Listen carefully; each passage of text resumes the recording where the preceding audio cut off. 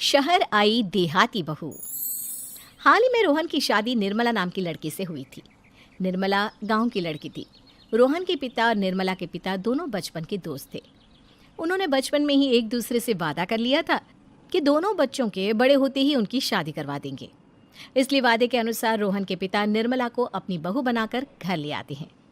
निर्मला अपने साथ अपनी गाय भी लेकर आ जाती है और उसे घर के आंगन में बांध देती है। अरे ये क्या माँ, भाभी तो गाय भी लेकर आई हैं हमारे घर में। अभी घर में गाय बंधी देखकर आस पड़ोस के लोग तो हमारा मजाक उड़ाएंगे ना। हाँ बेटा, तू ठीक कहती है, लेकिन क्या करूँ मैं।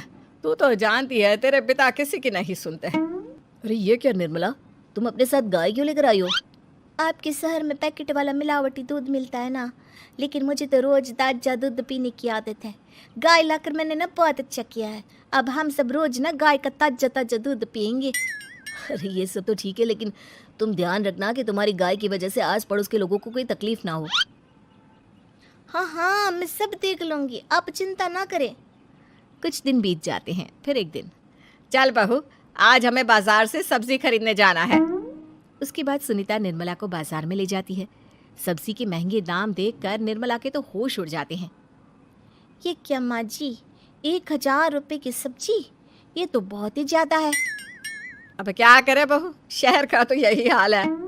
ना ना ना, मैं इस तरह पैसों की बर्बादी बर्दाश्त नहीं कर सकती। अब से ना हम इस बाजार से सब्जी नहीं खरीदेंगे। हाँ।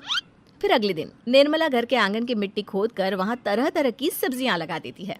अरे काव्या, तेरी भाभी तो बहुत अजीब है। उसने तेरे पूरे आंगन को खेत बनाकर रख दिया। मेरी समझ में नहीं आता तुम लोग इस लड़की को कहाँ से पकड़ कर लाए हो। अरे सब मेरे पिताजी का किया धरा है। सालों पहले अपने दोस्त से किए वादे के चलते उन्होंने उस गवार को हमारे गले बांध दिया। अरे तेरी भाभी सच में एक नंबर की गंवार है। उसे तो ढंग के कपड़े पहनने तक नहीं आते, ऊपर से उसने तेरे घर को गांव का तबेला बनाकर रख दिया है। उन औरतों की बातें सुनकर काव्या को बहुत बुरा लगता है। फिर वो अपने भाई रोहन से इस बात की शिकायत करने लगती है। रोहन निर्मला को समझाने की बहुत कोशिश करता है, लेकिन निर्मला के आगे उसकी एक नहीं चलती। फिर एक दिन रोहन निर्मला को एक शादी में ले जाता है। सभी मेहमान खाना खाने में व्यस्त थे। उधर रोहन भी अपने दोस्तों से गप्पे लड़ाने लगता है। तभी निर्मला तंदूरी चिकन के स्टॉल से ढेर सारे लेग पीस उठाकर अपने पर्स में डालना शुरू कर देती है। घर जाने के बाद इसे फ्रिज में रख दूंगी और कल सुबह मैं चीज़ सिखाऊंगी। फिर खाना खाने के बाद दोनों पति पत्नी वहाँ से जाने लगते हैं, लेकिन तभी दुल्हन का भाई उन्हें रोक लेता है। अरे ये सब क्या है? मैंने यहाँ खाना खाने के लिए सबको बुलाया था, खाना चोरी करने के लिए नहीं। तुमने पर्स में जो चिकन के लेग पीस छुपा रखे ना, चलो बाहर निकालो उन्हें।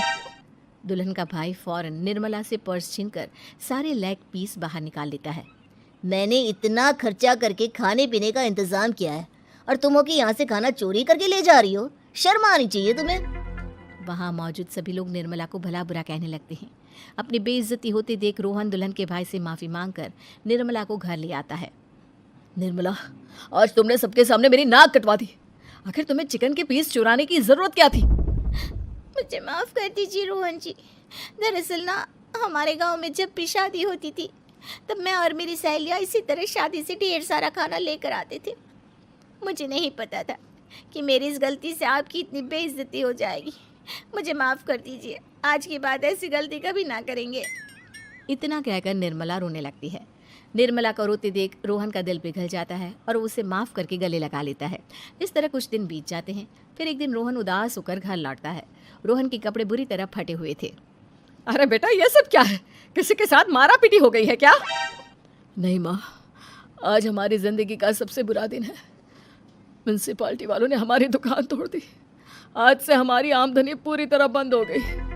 हे भगवान, हमने तो किस्त पर ढेर सारा सामान ले रखा है। अब हम सारे सामान की किस्त कैसे चुकाएंगे? मेरी तो सोचने समझने की शक्ति ही खत्म हो गई। पता नहीं आगे हमें और कितनी मुसीबत झेलनी पड़ेगी। आप सबको ना चिंता करने की जरूरत ना है, मैं सब ठीक कर दूंगी। तो कहना क्या चाहती है बहू? हम ना बोल कर नहीं बल्कि करके दिखाएंगे। हाँ। उसके बाद निर्मला अपने पिता को फ़ोन करके गांव से 5 गाय मंगवा लेती है और फिर अगले दिन निर्मला सभी गायों का दूध निकालकर बड़े बर्तन में भर लेती है। तुम ये सब क्या कर रही हो निर्मला? मेरी तो कुछ समझ में नहीं आ रहा। हम ना इन गायों का दूध बेचने जा रहे हैं, उसके बाद हमारे पैसों की समस्या खत्म हो जाएगी। हे भगवान, बस यही दिन देखना बाकी रह गया था। भाभी दूध वाली बनकर दूध बेचेंगी तो मोहल्ले में इज्जत क्या रहेगी हमारी। सभी लोग हमें तरह तरह की ताने मारेंगे। आप ना ऐसी बेकार की बातें ना करो काव्या जी। जब जेब का पैसा और पेट की रोटी छिन जाती है तो इंसान पहले अपने और अपने परिवार के बारे में सोचता है। और वैसे भी जिस काम से हमारा घर चले उसकी कभी ना बुराई नहीं करनी चाहिए। फिर निर्मला दूध के 2 बड़े बर्तन साइकिल के दोनों तरफ लटकाकर मोहल्ले में घूमने लगती है। दूध ले लो, दूध, गाय का ताजा ताजा दूध ले लो, बिना मिलावट का शुद्ध दूध ले लो, चलो चलो आओ भाई जल्दी ले लो। तभी निर्मला के पास कुछ औरतें आती हैं। अरे तुम तो सुनीता की बहू हो ना, तुम इस तरह सड़क पर दूध क्यों बेच रही हो? निर्मला उन दोनों औरतों को अपने घर के हालातों के बारे में सब बता देती है। देखिए, मैंने ना अभी अभी गाय का ताजा दूध निकाला है। आप सब तो रोज पैकेट का दूध पीती हो, आज गाय का ताजा दूध पी कर देखिए, इसकी ना बात ही कुछ और है। हाँ बहू, मुझे तुम्हारी बात समझ में आ गई। लाओ मुझे 2 लीटर दूध दे दो। उस औरत की देखा देखी बाकी औरतें भी निर्मला से दूध खरीदना शुरू कर देती है। थोड़ी ही देर में निर्मला सारा दूध बेचकर ढेर सारे पैसे इकट्ठे कर लेती है। उसके बाद निर्मला घर जाकर सारे पैसे अपनी सास को पकड़ा देती है। अरे बहू, इतने सारे पैसे! सच में तेरा आइडिया तो काम कर गया। अरे माँ जी, आप तो बस देखती जाइए, कुछ ही दिनों में मैं अपने घर की सारी समस्या खत्म कर दूंगी। हाँ। फिर अगले दिन से निर्मला गायों के गोबर से ढेर सारे उपले तैयार करके बेचना शुरू कर देती है। निर्मला को पैसे कमाते देख रोहन के अंदर भी हिम्मत आ जाती है और वो भी दूध बेचने का फैसला करता है। निर्मला के कहने पर उसके पिताजी कुछ और गायों का बंदोबस्त कर देते हैं। इस तरह दोनों पति पत्नी मिलकर दूध बेचना शुरू कर देते हैं। कुछ ही महीनों में उनका दूध का व्यापार खूब फल फूल जाता है।